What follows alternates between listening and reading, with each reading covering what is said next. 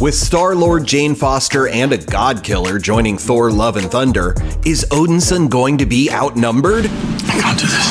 I shouldn't be here. I shouldn't have come. On this IMDbrief, we break down how Chris Pratt, Natalie Portman, and Christian Bale fit into the new film, and everything else you'll need to know before seeing Thor: Love and Thunder.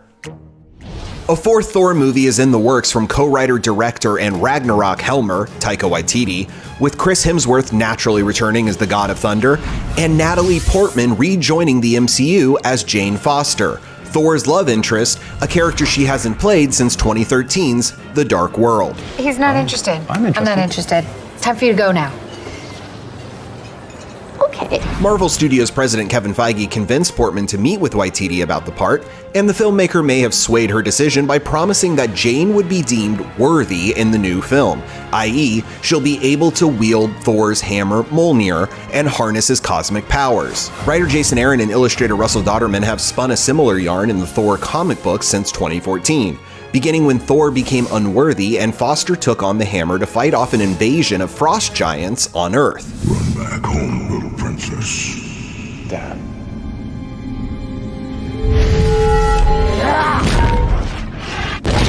Next. It gets wild from here and may contain some MCU spoilers, as Waititi and Feige have both praised Aaron and Dauterman's work.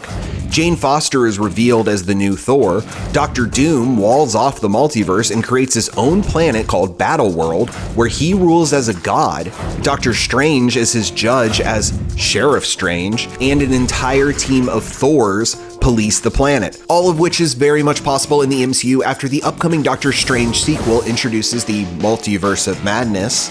Plus, Doctor Doom is rumored to appear in Black Panther 2, and Doom will almost certainly factor into the announced Fantastic Four reboot.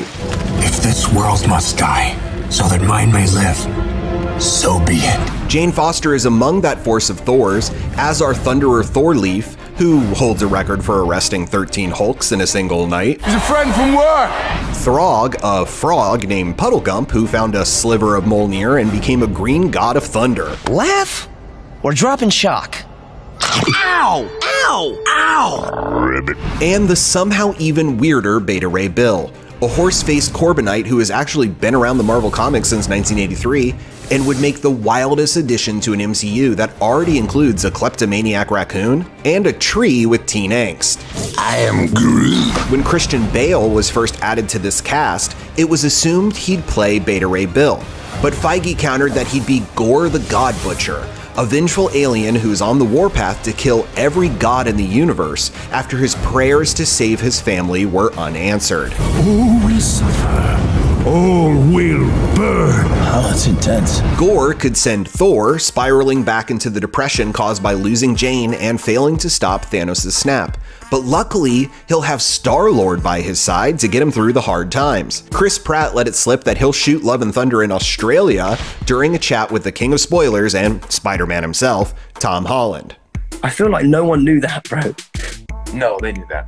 They knew that. I think they knew that. No, they knew that. If they didn't, they know now. Well, they know now. As for the love half of the title, clearly the return of Jane Foster will give Thor the feels, but Ragnarok and Endgame star Tessa Thompson has also announced that her character Valkyrie will return to search for her queen. Do I know you? I feel like I've known you. I know you too. It's weird. And if Beta Ray Bill finally gets his 5 minutes of MCU fame, beyond what may have been his enormous bust in Ragnarok, we hope that old Horseface will also be on the quest for romance. You have my sympathy because it will not be me! For more trending tales of love and thunder,